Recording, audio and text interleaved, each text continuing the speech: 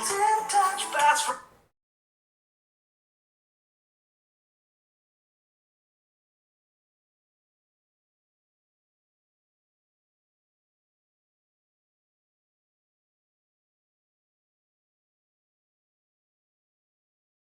साथियों नमस्कार, स्वागत है आप सबका आज के इस एपिसोड में। आशा करता हूं कि आप सब बहुत अच्छे होंगे, पढ़ रहे होंगे, मस्त होंगे और मेंस की तैयारी भी आपने शुरू कर दी होगी।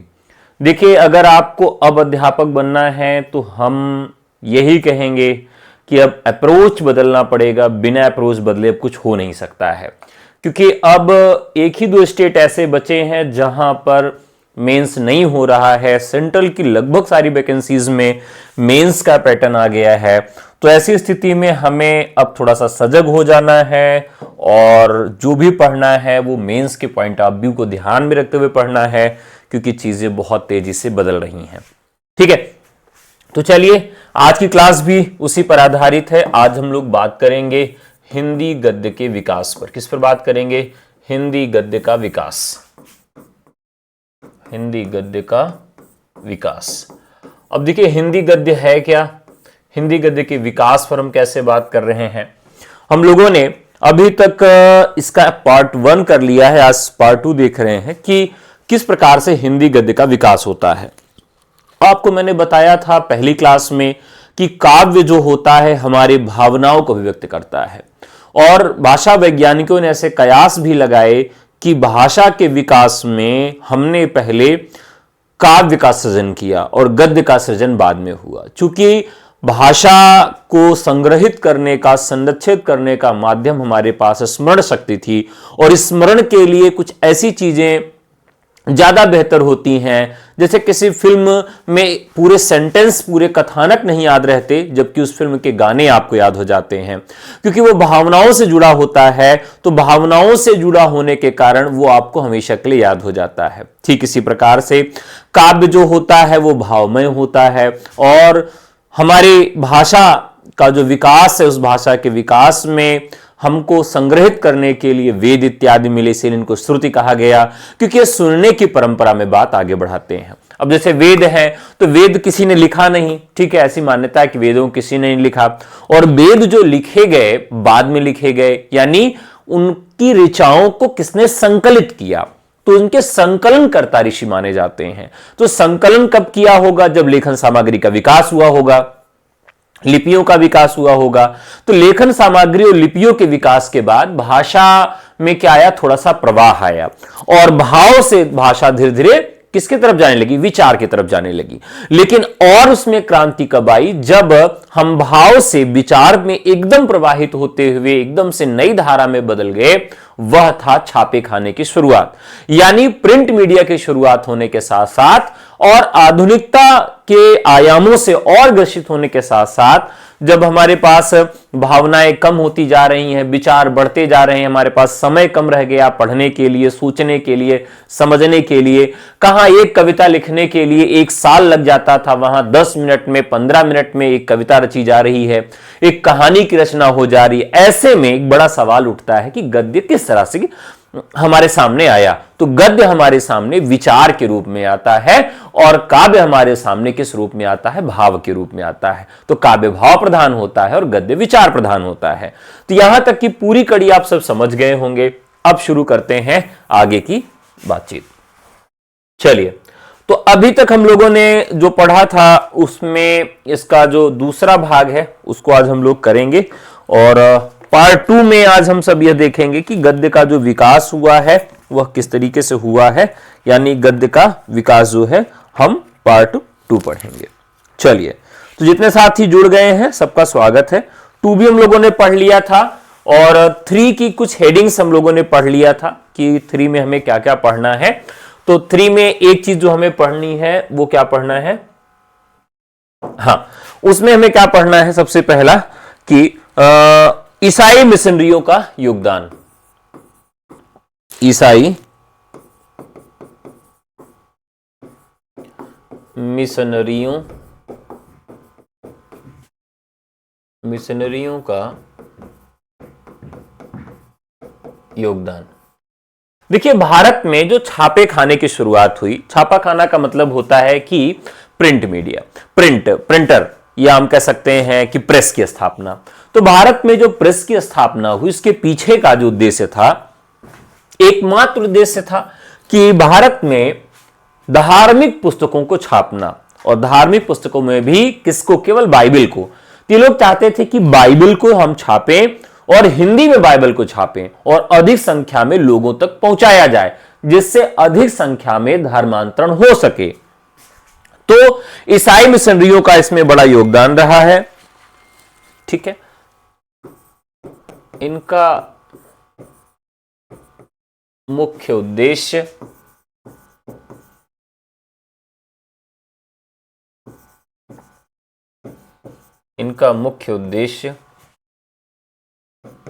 भारत में धर्म प्रचार था। यानी इनका मुख्य उद्देश्य क्या था? कि भारत में हम धर्म का प्रचार करेंगे। भारतीय जनसंख्या अधिसंख्य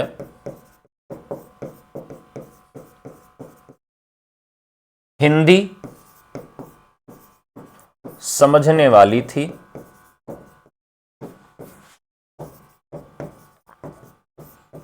अतः हिंदी में प्रचार का माध्यम प्रेस के माध्यम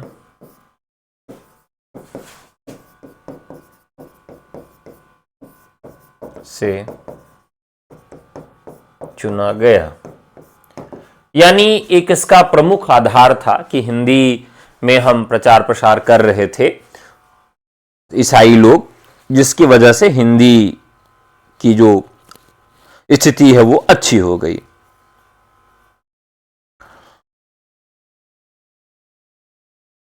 ठीक है, अब यहां एक चीज और लिखना पड़ेगा। ईसाई मिशनरी द्वारा प्रकाशित जो भी पुस्तकें थी, उसमें कई चीजों की कमी भी थी। मिशनरियों के द्वारा प्रकाशित पुस्तकों में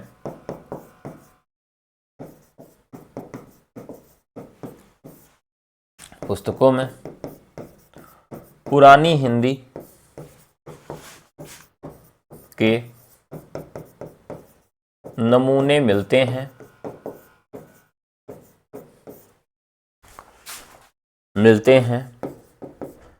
जिनमें हिंदी व्याकरण एवं विराम चिन्हों की त्रुटियां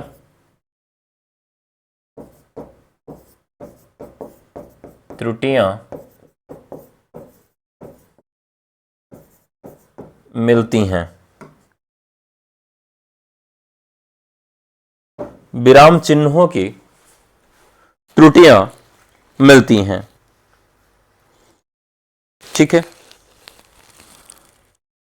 अब यहां क्या है? पुरानी गद्य शैली के प्रयोग के बावजूद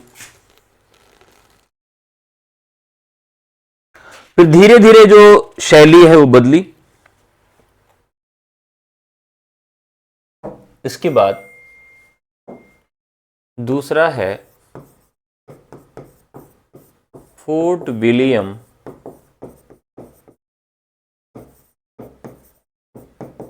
कॉलेज। फोर्ट विलियम कॉलेज जो है, इसका भी एक बड़ा योगदान रहा है हिंदी भाषा के प्रचार प्रसार और विकास में। तो इसका भी जो उत्तरदायित्व है वह भुलाया नहीं जा सकता है। और इसके बाद यह भी देखेंगे कि कौन कौन से जो गद्य हैं उनका किस प्रकार से विकास हुआ है। लॉर्ड बेलीजेली आईसीएस अधिकारियों को हिंदी ज्ञान के उद्देश्य से, लॉर्ड बेलीजेली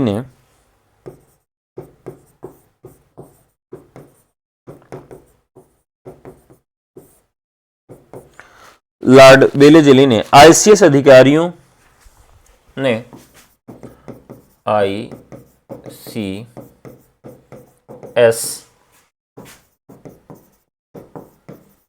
अधिकारियों को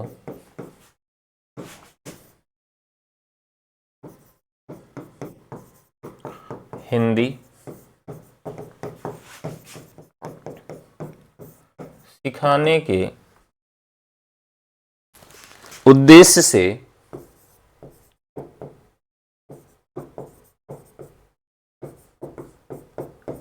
सन 1800 में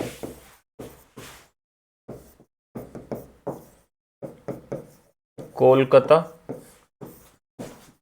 में फोर्ट विलियम कॉलेज की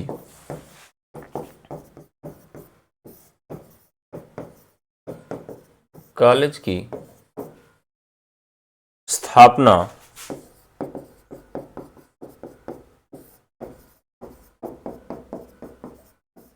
की गई। तो फोर्ट विलियम कॉलेज की स्थापना क्यों गई?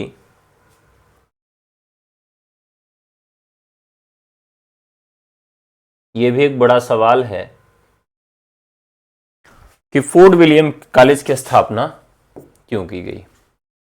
तो आईसीएस अधिकारी जो थे वहां उनको हिंदी सिखाने के उद्देश्य से इसकी स्थापना की गई और जॉन गिलक्राइस्ट को हिंदुस्तानी भाषा का अध्यापक बनाया। जॉन गिलक्राइस्ट को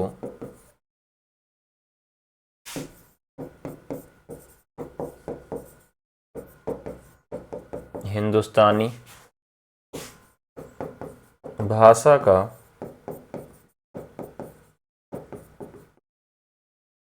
प्रोफेसर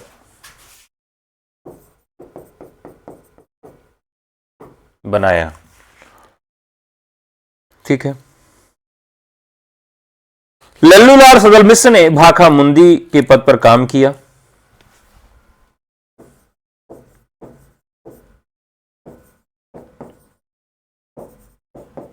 लल्लूलाल और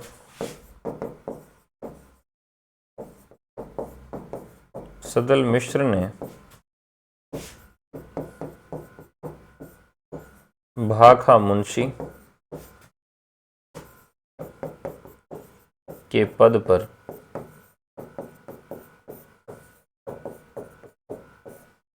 कार्य किया। भाषा मुंशी, जहां भाखा उसको कहा गया है, और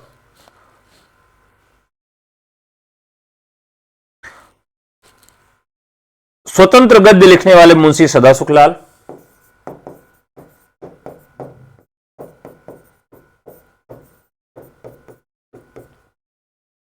लेखन में मुंशी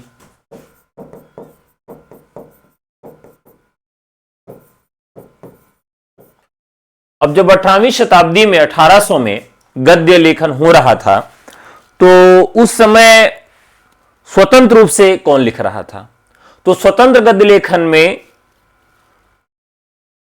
किसका नाम था? मुंशी सदा सुख लाल का नाम था। सदा सुखलाल ने सुख सागर लिखा था, यह तो आप सब जानते ही हैं। और एक और नाम इसमें आता है इंसा अल्लाह खां का, जिन्होंने रानी केतकी की कहानी लिखा। इंसा अल्लाह खां। तो लल्लूलाल और सदल मिश्र ने भाषा मुंशी के पद पर कार्य किया। स्वतंत्र गद्य लेखन में मुंशी सदा सुखलाल और इंसा अल्लाह खां का नाम प्रमुख है। इन दो लोगों का नाम यहां पर प्रमुखता से लिया जाता है।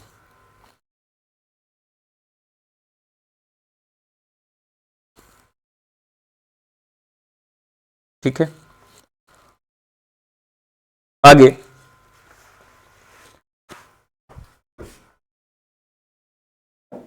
खड़ी बोली हिंदी गद्य के विकास में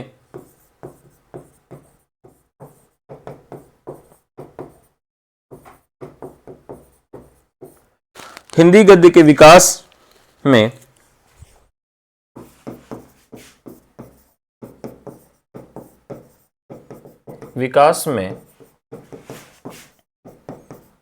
भारतेंदु पूर्व 4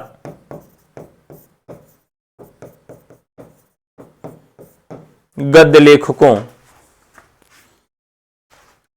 इंसाअल्लाह खां,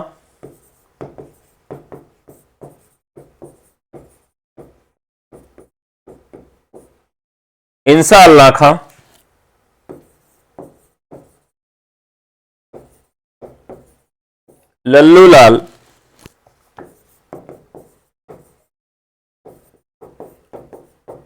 सदल मिश्र और सदा सुखलाल, जिन्हें नियाज भी कहा जाता था, का योगदान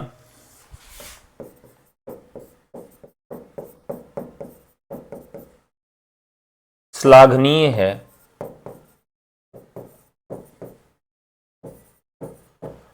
अब यहां से भी एक फैक्ट बनता है कि जो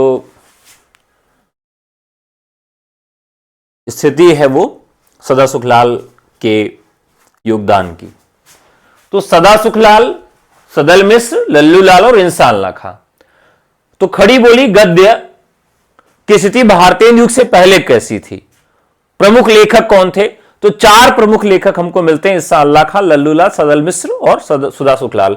ये 4 लोग हैं जो भारतेंदु से पहले का जो गद्य है उस पर काम कर रहे हैं। ठीक है, अब इन गद्य लेखकों का जो नमूना है वो भी लिख लेते हैं।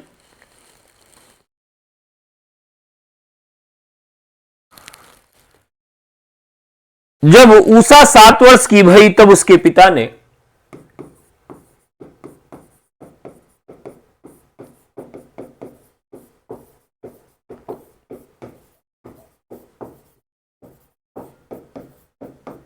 भई तो उसके पिता ने सोनितपुर के निकट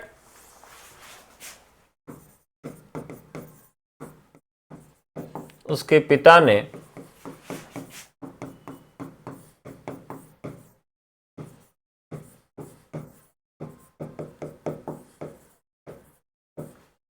सोनितपुर के निकट कैलाश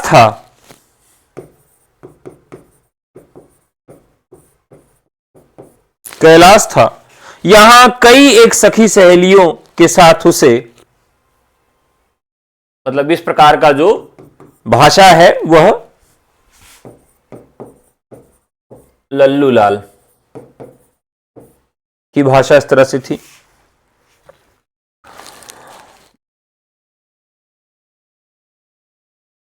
मोतिन से पूरा हुआ चौक में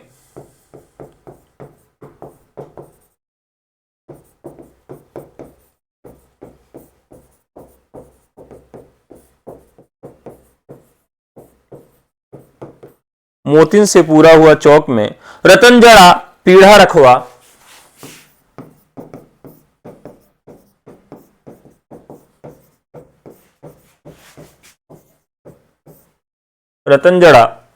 पीढ़ा रखवा उस पर वर कन्या दोनों को पटंबर वो उस पर वर कन्या दोनों को पटंबर वो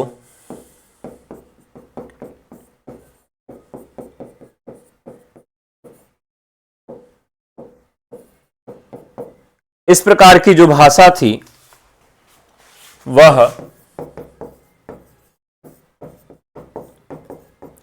सदल मिश्र की भाषा थी।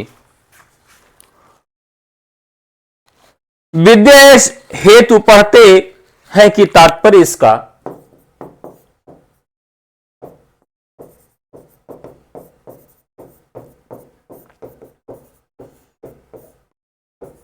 विद्या ऐसे ही तो पढ़ते हैं कि तात्पर्य इसका सतोवृत्ति है,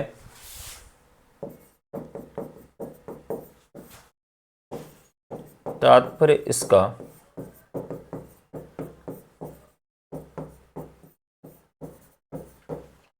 आज मेंस की क्लास लेना है आपको तो प्लीज व्हाट्सएप कर लीजिए हमारे नंबर पर। नंबर है 9628959237 पर। मेंस के सवालों का उत्तर कैसे लिखना है, यह आज मैं आपको कुछ सवालों के उत्तर लिखकर बोर्ड पे दिखाऊंगा। 10:10 पर यह क्लास होगी टीजीटी पीजीटी एकेडमी पर। 10:10 पर टीजीटी पीजीटी एकेडमी पर यह क्लास होगी। नंबर है 9628959237 अगर आप मेंस के लिए जुड़ना चाहते हैं तो। बाकी मेंस में हम सवालों के उत्तर कैसे लिखें बोर्ड पर आपको लिख के दिखाऊंगा सवाल और उसके उत्तर। तो आप लोग 10:10 पर लाइव रहिएगा। सर नंबर पे कॉल नहीं लगता, आप व्हाट्सएप कर दीजिए, हमारी टीम खुद आपको कॉल कर लेगी, ठीक है। व्हाट्सएप कर दीजिए। अब ये जो है सतोवृत्ति है वह प्राप्त हो, इस हेतु नहीं पढ़ते कि चतुराई की बातें कह के लोगों को बहकाइए। इस हेतु नहीं पढ़ते कि चतुराई की बातें कहकर लोगों को बहकाइए, ठीक है। ये किसका है? सदा सुखलाल की भाषा है, ठीक है। अब इसके बाद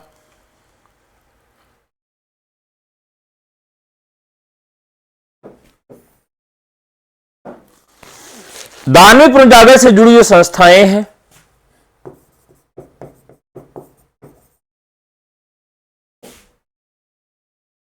धार्मिक पुनर्जागरण से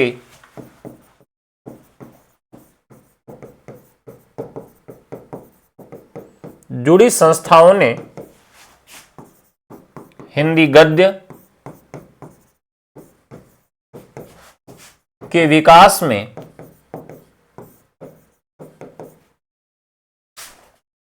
महती भूमिका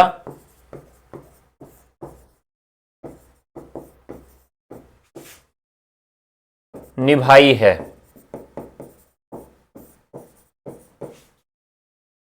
अब इसके पीछे का कारण क्या था कि भारत में धार्मिक पुनर्जागरण को लेकर, बाह्याडंबरों को लेकर बहुत सारी संस्थाओं ने जन्म लिया और इन संस्थाओं का उद्देश्य था कि लोगों तक पहुंचना है। अगर आप अपने गांव के किसी बूढ़े व्यक्ति या जो पढ़ा लिखा नहीं है उससे उसी की भाषा में बात करेंगे तो वो जल्दी और अच्छे से समझ जाएगा। आप अगर उससे विदेशी भाषा में बात करें या किसी भी भाषा का स्टैंडर्ड रूप यानी मानक रूप उसके सामने आप प्रस्तुत करें तो हो सकता है कि वो न समझ पाए। इस वजह से धार्मिक संस्थाओं ने भी उस दौर में जो भाषाएं प्रचलित थी जिसमें प्रमुख थी खड़ी बोली हिंदी या हिंदी का जो गद्य रूप था उसको उन्होंने स्वीकार किया अपने भाषा के प्रचार प्रसार हेतु। अब ये कौन कौन से लोग थे देख लेते हैं। इसमें ब्रह्म समाज,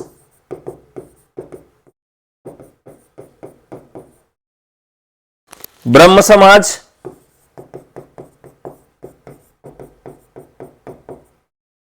Arya Samaj, theosophical theosophical society,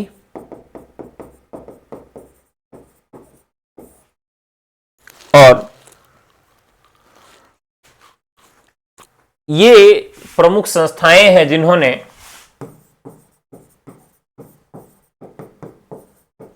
खड़ी बोली हिंदी के विकास में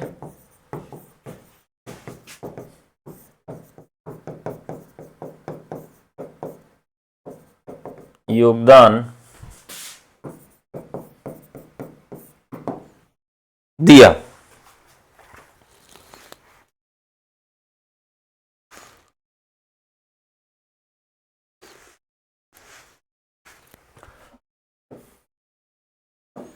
अब यहां एक चीज और समझनी है कि खड़ी बोली गद्य को विकसित कर नया रूप देने का कार्य भारतेंदु मंडल के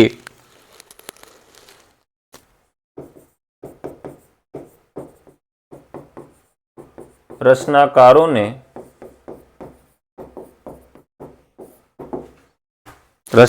ने किया।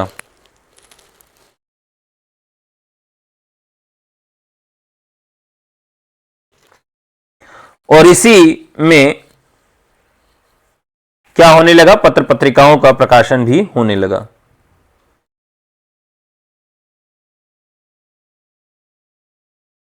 अब हम बात करते हैं 20वीं शताब्दी युग।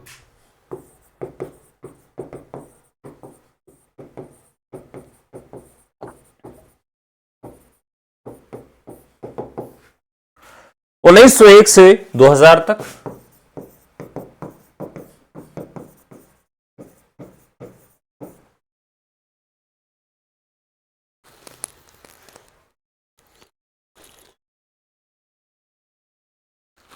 महावीर प्रसाद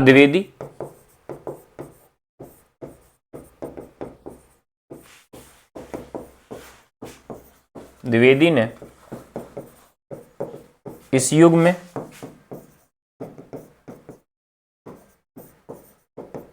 खड़ी बोली के विकास में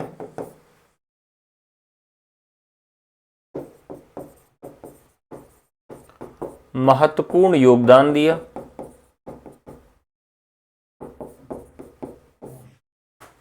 महावीर प्रसाद द्विवेदी ने इसमें एक बड़ा योगदान दिया है। सरस्वती पत्रिका के माध्यम से उसके विषय में एक थॉट आता है, इसको लिख लेंगे। संभवतः संसार की किसी भाषा में किसी भी मासिक पत्रिका के संभवतः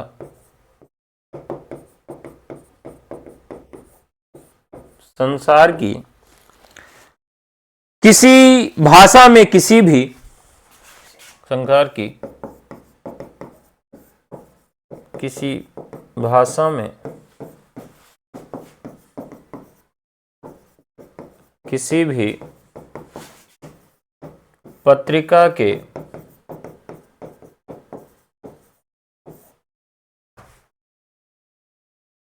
संपादक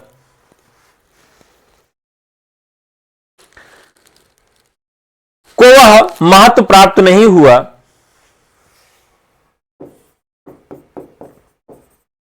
वह महत्व प्राप्त नहीं हुआ जो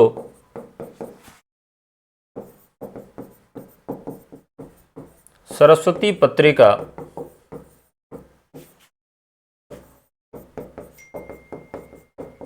के संपादक पंडित महावीर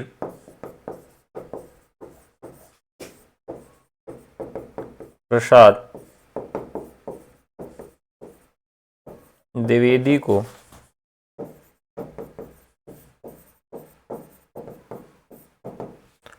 प्राप्त हुआ। ये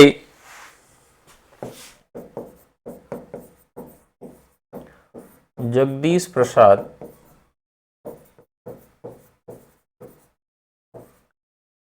चतुर्वेदी का कथन है।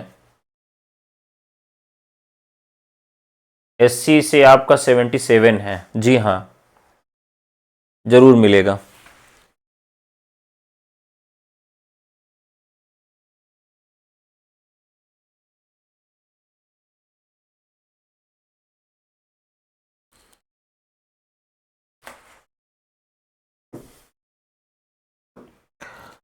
द्विवेदी के आदर्शों, मान्यताओं और तपश्चर्या का परिणाम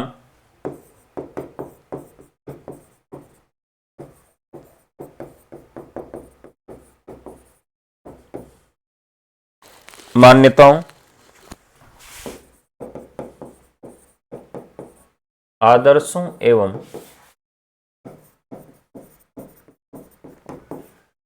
तपश्चर्या का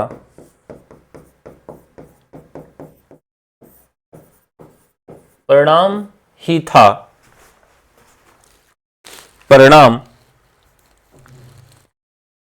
था कि हरिऔध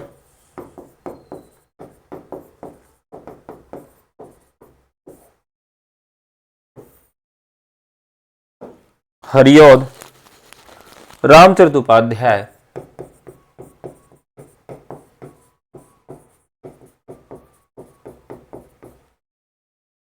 उपाध्याय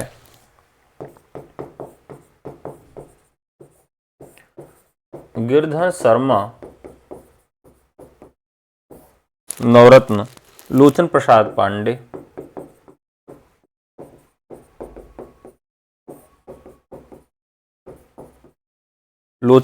पांडे सियाराम शरण गुप्त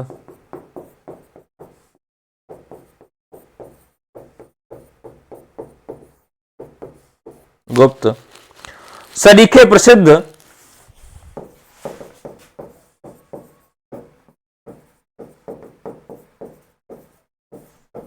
कवियों ने खड़ी बोली में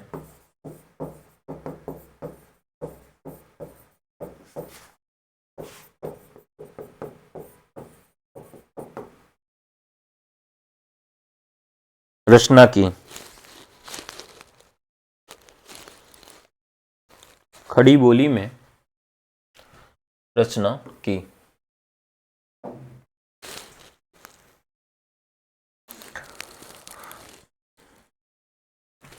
अयोध्या सिंह उपाध्याय हरिऔध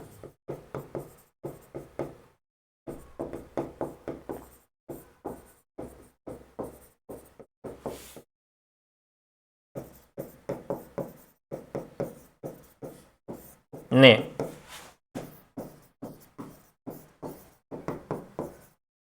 खड़ी बोली हिंदी का प्रथम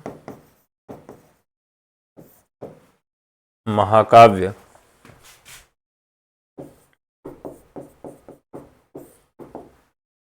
लिखा।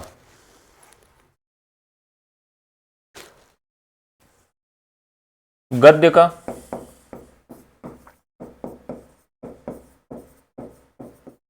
प्रौढ़तम रूप द्विवेदी युग के पश्चात प्रेमचंद के यहाँ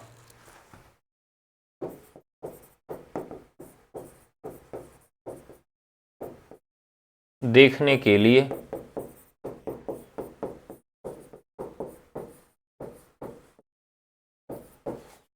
मिलता है। तो प्रेमचंद के यहां तक खड़ी बोली आते हुए विकसित हो जाती है, अपना रूप अच्छा कर लेती है।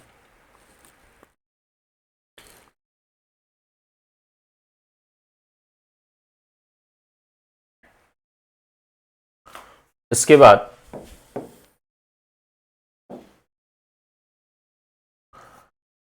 पत्र पत्रिकाओं,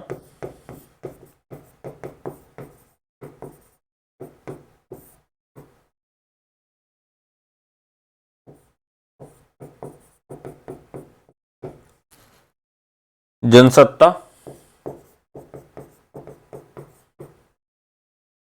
दैनिक जागरण,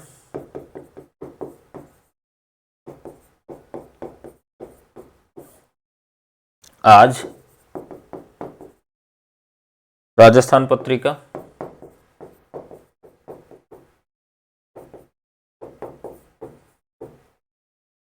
दैनिक भास्कर,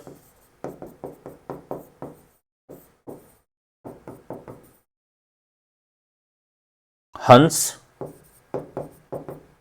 वागार्थ,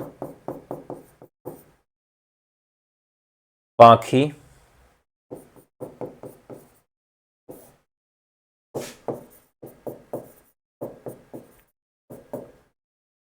आलोचना। जैसी पत्रिकाओं ने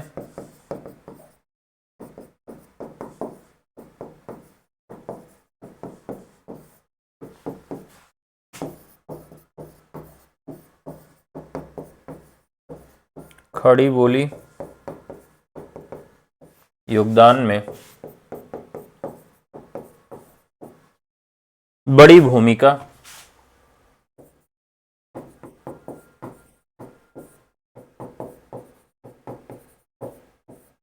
निभाई। देखिए, ये सारी चीजें मैं ऐसा क्यों लिखा रहा हूं, क्योंकि इससे क्या बनेगा, एक इमेज बनेगी आपके माइंड में, एक मैप सेट होगा आपके माइंड में कि किस तरह से खड़ी बोली का विकास होता है। एक प्रश्न के रूप में भी अगर आप लिखने लगेंगे तो एक क्रम जोड़ता जाएगा कि कैसे कैसे भारतीय युग में कैसे स्थिति थी, फिर द्विवेदी युग में कैसे हुई, द्विवेदी युग के बाद फिर प्रेमचंद के यहां किस प्रकार से भाषा में परिवर्तन हुआ, फिर किस प्रकार से पत्र पत्रिकाओं के माध्यम से योगदान हुआ। तो आप एक कड़ी से दूसरी कड़ी को जोड़ते रहेंगे।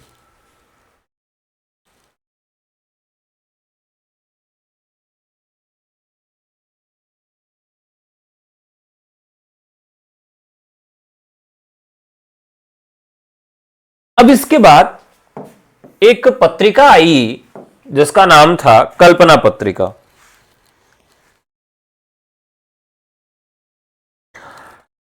वैयाकरणिक अभियान आर्यन शर्मा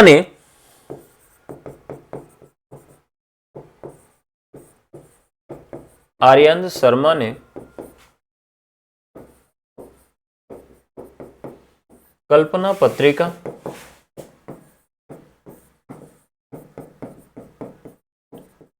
के माध्यम से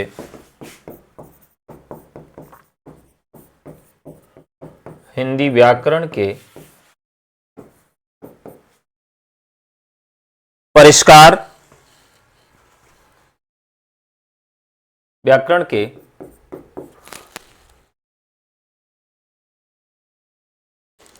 परिष्कार हेतु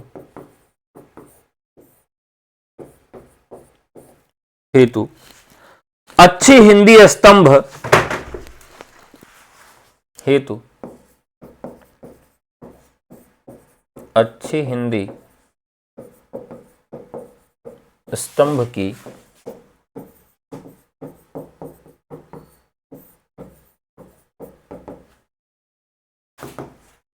अच्छी हिंदी स्तंभ की शुरुआत की, और उसके बाद 14 सितंबर 1949 को हिंदी राजभाषा बनी, जिससे भारत सरकार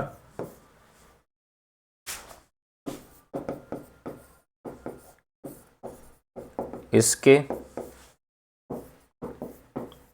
विकास की भागीदार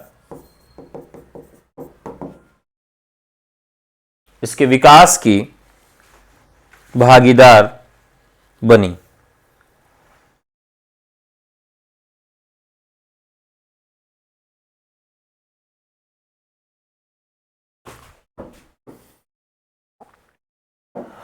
इक्कीसवीं सदी युग से यानी 2001 से अब तक, 2001 से अब तक का जो युग है यह विभिन्न प्रकार के आंदोलनों का युग है, नई क्रांति का युग है, जागरण, पुनर्जागरण और उसके आगे स्त्री विमर्श, दलित विमर्श, आदिवासी विमर्श, किन्नर विमर्श, इस तरह के नवीन समकालीन विमर्शों की भाषा आम जन की भाषा होनी चाहिए। तो आम जन की भाषा खड़ी बोली थी, इस वजह से इन विमर्शों के माध्यम से भी खड़ी बोली हिंदी को महत्वपूर्ण योगदान मिला। 21वीं सदी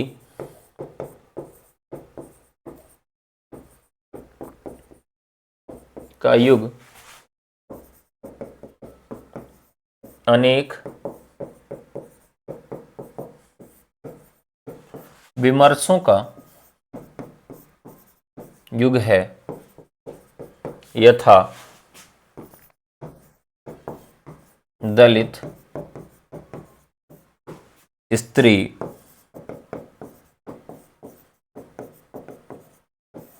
आदिवासी, वृद्ध,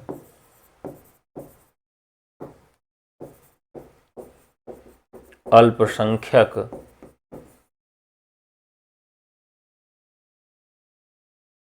आदि।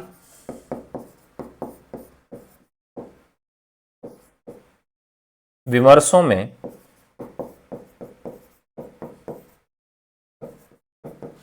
जिंदगी की पीड़ा,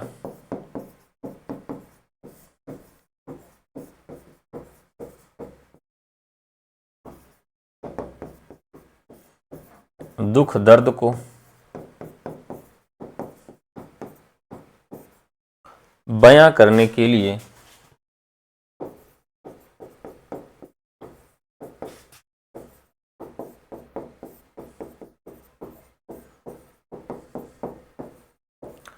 खड़ी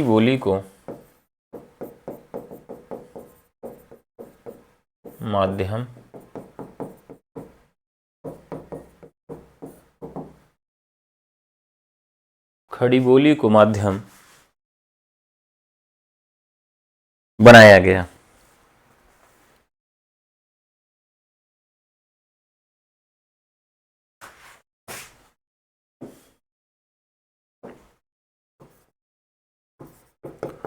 मुद्रित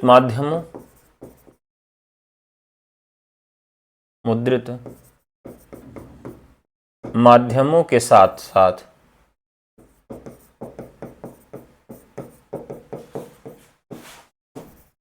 अब रेडियो, टेलीविजन आदि के माध्यम से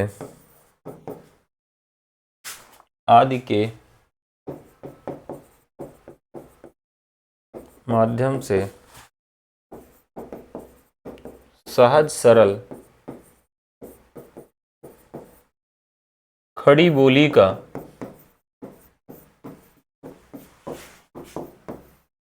विकास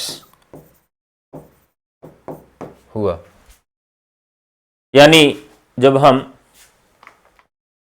खड़ी बोली के विकास में देखें तो टेलीविजन आ गया, रेडियो आ गया, तो इसमें चीजों को बहुत आसानी से सरल शब्दों में रखने का प्रयास किया जाता है, जिससे वो आसानी से लोगों के लिए ग्राह्य हो जाए, आसानी से लोगों को समझ में आ जाए। तो इस प्रकार से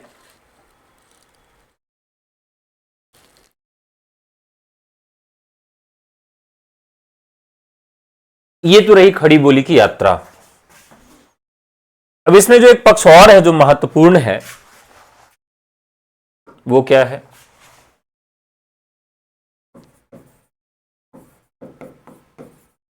खड़ी बोली के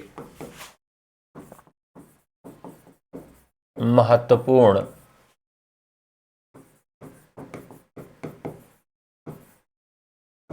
हस्ताक्षर। कौन कौन से महत्वपूर्ण लोग हैं जो खड़ी बोली में जिनका बड़ा योगदान रहा है, उनके विषय में लिखेंगे।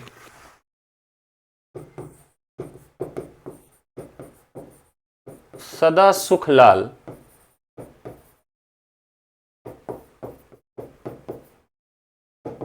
सदा सुखलाल नियाज,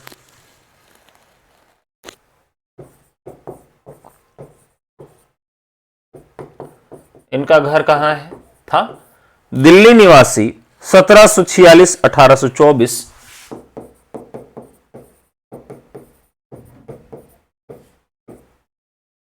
ठीक है। फारसी में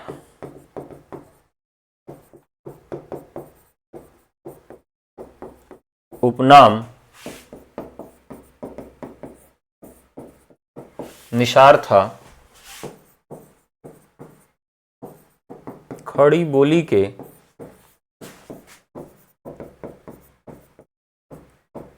आरंभिक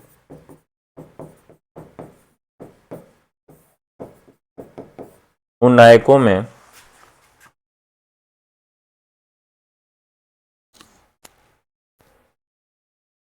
में इनका नाम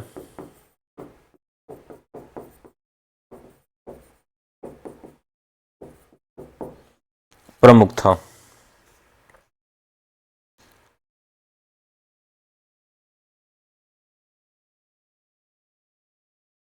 अब इनके विषय में थोड़ी सी और जानकारी भी यहां लिख लेंगे कि क्या क्या इन्होंने लिखा है। वास्तविक नाम इनका क्या था?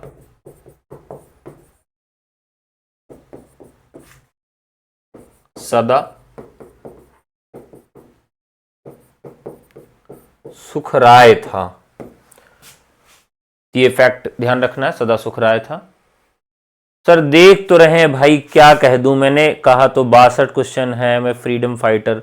हाँ, फ्रीडम फाइटर है तो आपको मिल जाएगा मौका, फ्रीडम फाइटर में मौका मिल जाएगा। चलिए, इनकी जो रचनाएं हैं, मुंतख बुतवारीख,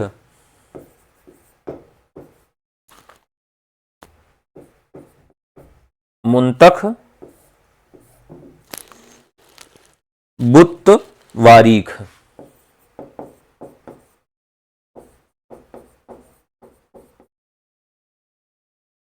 अब ये जो रचना है इसमें इनके जीवन का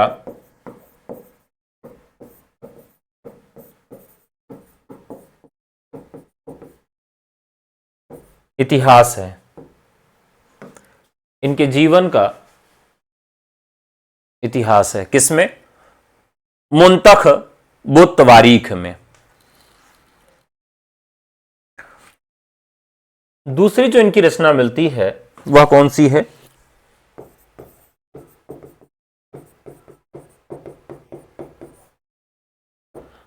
सुख सागर।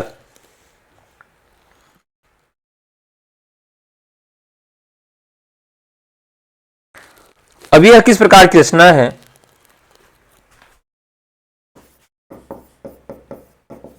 तो विष्णु पुराण के कुछ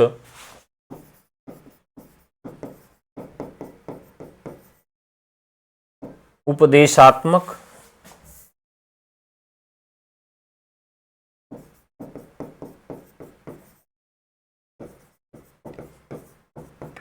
प्रसंग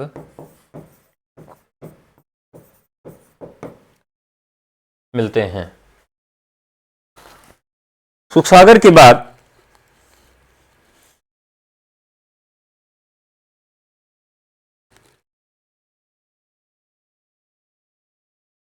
खड़ी बोली गद्य का उर्दू से स्वतंत्र निजी स्वरूप प्रस्तुत किया इन्होंने। बोली का निजी उर्दू से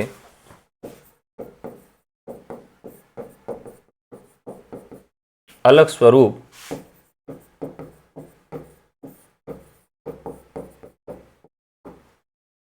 प्रस्तुत किया।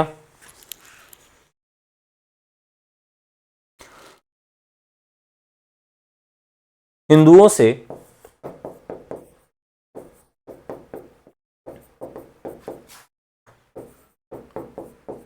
शिष्ट बोलचाल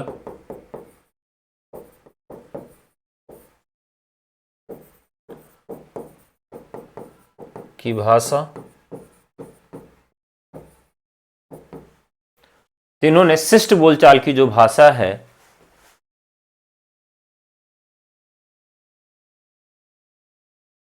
पॉलिटेक्निक मैथमेटिक्स की कक्षाएं चलेंगी आपके यहां टीचर्स एकेडमी में, तो संभवतः 1 जनवरी से चलेंगी, ठीक है।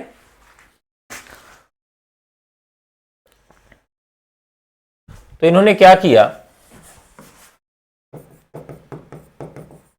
संस्कृत भाषा के तत्सम शब्दों का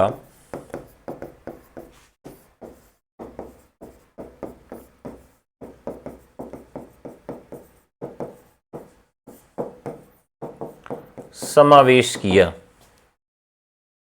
अब एक चीज याद रखिएगा कि सदा सुखलाल जो हैं, इनके नाम में आप देखिए तो नियाज लगा हुआ है, लेकिन इन्होंने उस समय जो तात्कालिक हिंदी थी उसमें उर्दू के शब्द बहुत सारे थे, लेकिन उन्होंने उर्दू के शब्दों को नहीं चुना। जो परंपरागत उर्दू से मिक्स खड़ी बोली थी उसको नहीं चुना, इन्होंने संस्कृत के तत्सम शब्दों को चुना, और जो उस समय हिंदू घरानों में बहुत बोली जाती थी, जो पढ़ा लिखा हिंदू वर्ग था, पांडित्य वर्ग था, उसकी भाषा हुआ करती थी, तो उन्होंने इस भाषा को ग्रहण किया। तो इन्होंने तत्सम शब्दों का अपनी भाषा में क्या कर लिया था, समावेश कर लिया था।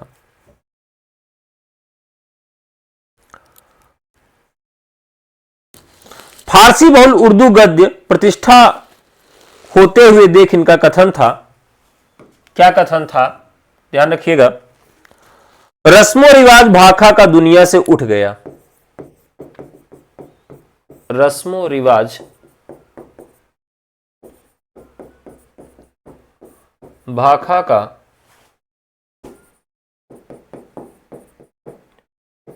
दुनिया से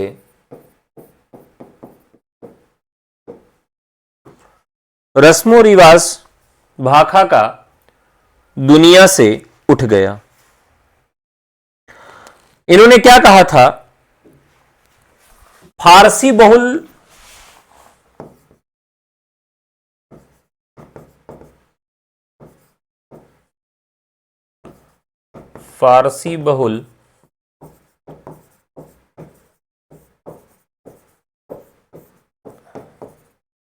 उर्दू गद्य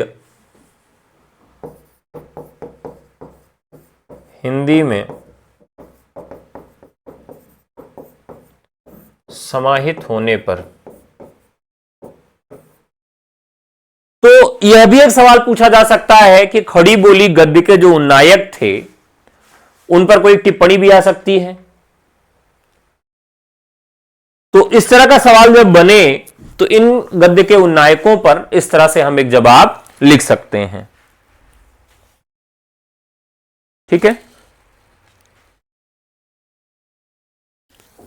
चलिए, 10:10 पर मेंस की कॉपी कैसे लिखें, टीजीटी पीजीटी एकेडमी पर कुछ सवालों के जवाब में लिखकर आज दिखाऊंगा आपको।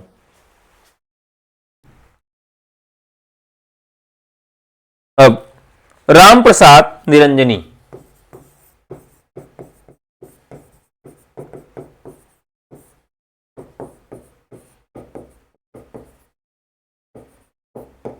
राम प्रसाद निरंजनी,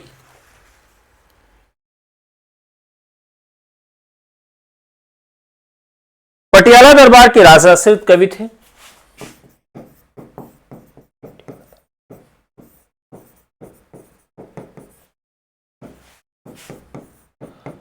राजश्रत कवि थे। इन्होंने महारानी को कथा, ये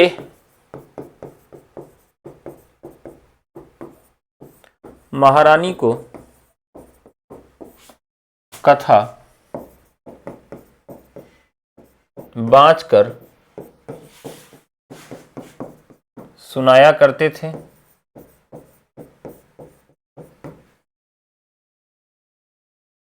भाषा योग वशिष्ठ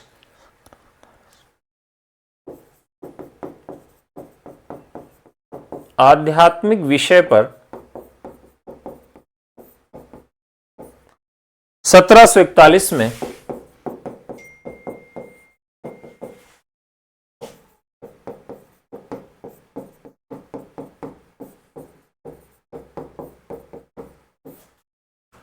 भाषा योग वशिष्ठ की रचना की।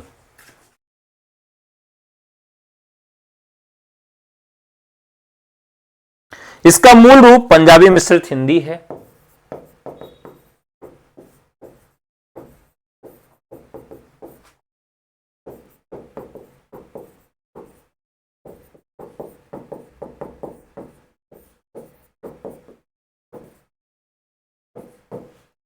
इसका मूल रूप पंजाबी मिश्रित हिंदी है।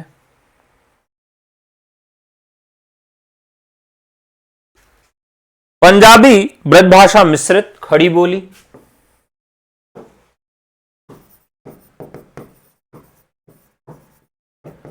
इसकी भाषा को पंजाबी ब्रजभाषा मिश्रित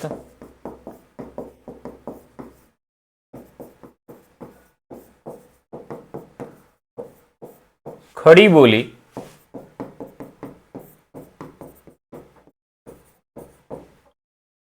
बोली माना गया है।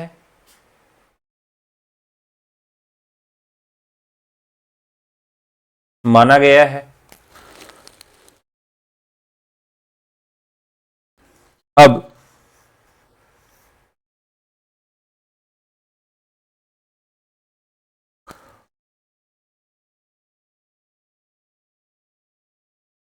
बासठ वर्ष पूर्व रामप्रसाद निरंजनी ने, यानी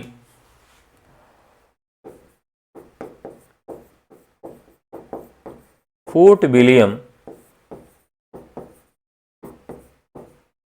कॉलेज के 62 वर्ष पूर्व ही खड़ी बोली का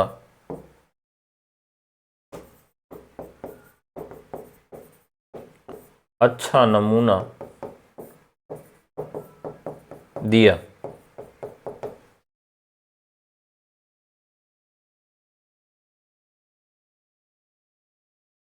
ठीक है। अब इसके बाद इनकी जो रचना है भाषा योग वशिष्ठ, साफ सुथरी भाषा का प्रयोग किया गया है।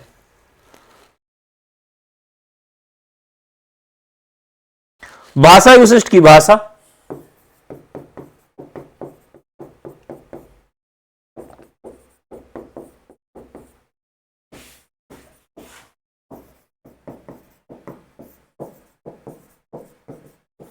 बहुत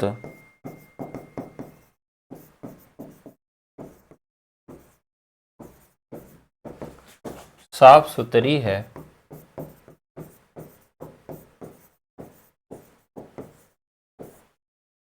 रामचंद्र शुक्ल।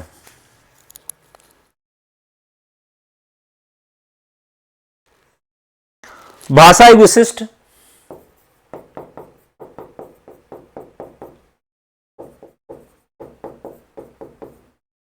परिमार्जित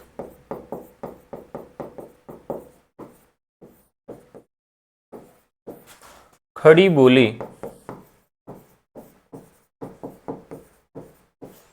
हिंदी की प्रथम पुस्तक है आचार्य रामचंद्र शुक्ल। तो बाकी के जो गद्य नायक हैं, लल्लू लाल और इंसाल्लाह खां, सदल मिश्र, राजा शिव प्रसाद सितारे हिंद, श्रद्धाराम फिल्लौरी, नवीन चंद्र राय, राजा लक्ष्मण सिंह, लक्ष्मी सागर वार्ष्णेय और अयोध्या प्रसाद खत्री, इनकी चर्चा हम लोग कल करेंगे। ठीक है, आइए मिलते हैं। मेंस की कॉपी कैसे लिखें, कुछ महत्वपूर्ण सवालों के जवाब ऑनलाइन में आपको लिख के दिखाऊंगा। टीजीटी पीजीटी एकेडमी पर स्वागत है।